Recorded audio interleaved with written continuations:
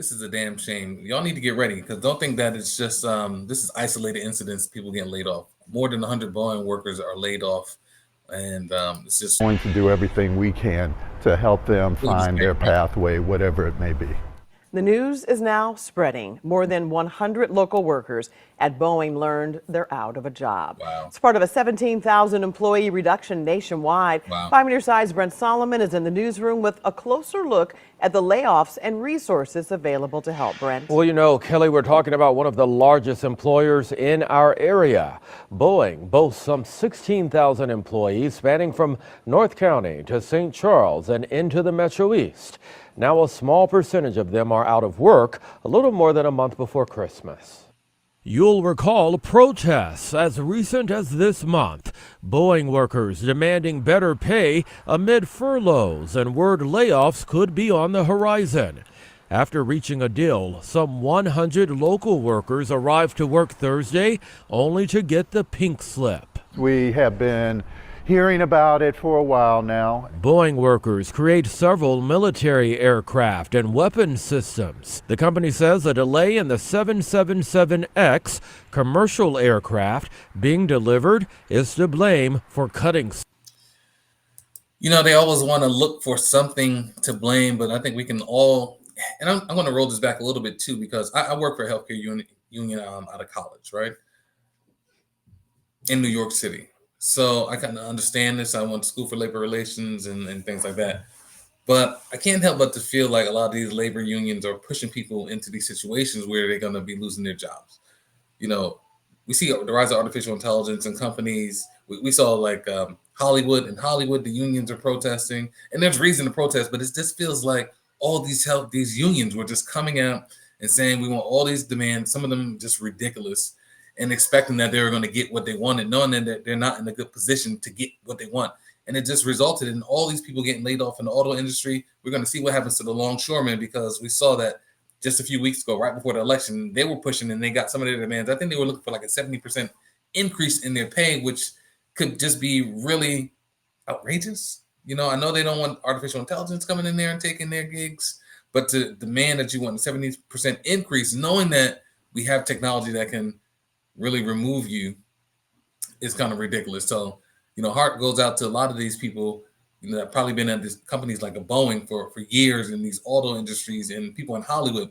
We just don't really see what's happening yet. We're going to see a lot of these ripple effects starting in 2025, and people are probably going to blame the administration for what's going on. But if you follow me on Instagram over the years, I've had a podcast called Surviving the Future of Work. This is something that's been in the making for years, and we're going to see the acceleration of this. And you know, everyone's involved in this, right?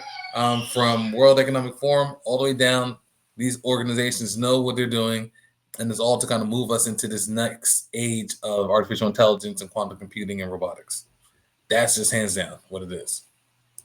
Staff. According to our partners at the St. Louis Business Journal, 104 of the workers laid off in our area are assembly mechanics, and 7 are process mechanics who paint parts. Although it's easy to panic, experts say workers who find themselves suddenly on the job market should do this. Take a deep breath back, step back a little bit. Kenneth Riddick works with the St. Louis Agency on Training and Employment. There are various employers out there right now that I'm sure are going to be looking for them to reemploy. I mean, it sounds, we want to be optimistic, but I think, you know, as someone coming out of the tech sector, being laid off myself and other millions and hundreds of thousands of tech workers being laid off, I can tell you that is not true. Excuse me. It probably won't be able to get another job, right? Because things are not going back to the way they used to be. And all the organizations are making these cuts. So now you have a job market that's flooded with all this talent, but the organizations are not looking for all that talent because they want to reduce the talent by X amount of percent, depending on what technology they're bringing on and what the future looks like for their organization. So people saying like, but why? You know, there's all these things like how much money they need to spend on that technology, how much they want to invest into the technology. So they're reallocating their money to figure out like, okay, so what do we want to do next? And we need to cut our budget. so that we can spend it on whatever they're trying to do, which they're not obviously telling the people, but that's kind of what's happening. So we're going to have a whole industry of people, a whole lot of people in the United States out of work. And this is not only happening here in the United States, it's happening across the globe. And I'm going to start to share more news about what's happening across the globe so we at least can feel better. But you'll be able to see the big picture that, listen, this is not really something that we can say that one person is responsible for. It's a global order that's taking place because of where we're moving to next in this age. And, depending on what your belief system is, well, we won't get into that, but we'll talk some more later. Just keep following my channel, man. You know what? Like and subscribe if you like content like this. I'm actually new to YouTube and I'm trying to grow my following, trying to figure out what the audience really likes. I got a whole plethora of information I'd love to share with you all, but I got to find that right sweet spot to see what it is that resonates with the audience. So, but if you like this type of content, let me know. I'd love to share more content about, what's happening in the world, but where they're trying to go next and what you need to do to survive and thrive in this next age. All right, let's get back to the story. Poor guy crying. Look at this. Them, and we're such a aeronautical, hub for a lot of manufacturers that there may be some opportunities immediately for some. Career coaches say sudden unemployment in some cases can lead to new paths altogether. This is an opportunity that I wouldn't have otherwise changed direction in my career, but maybe this is a golden opportunity for me to do something that I've always wanted to do. This as Boeing battles a 10% reduction. Yeah, that's crazy. You heard what she said. So that's a signal. Like, this is a golden opportunity. And Trump is talking about we're going into a golden age to do something that you wanted to do. Here's the thing. It's going to be a lot of loss, though, because people may do things that they wanted to do, but sometimes that takes a while and you're not accustomed to that. And you got to pay the bills. You can't just shift to do something differently when you're accustomed to making, $100,000, $80,000, $200,000 at this particular job that you were doing for maybe 20, 30, 10 years, right? Then you can't afford to pay your bills. You got car note, you might have a house, you got college tuition to pay, just groceries, the prices are going up. Hopefully they're going to be coming down, but still unemployment is not going to cover that, right? Maybe for a little bit, hopefully a lot of these people have been there for a while, they get a nice severance package, right?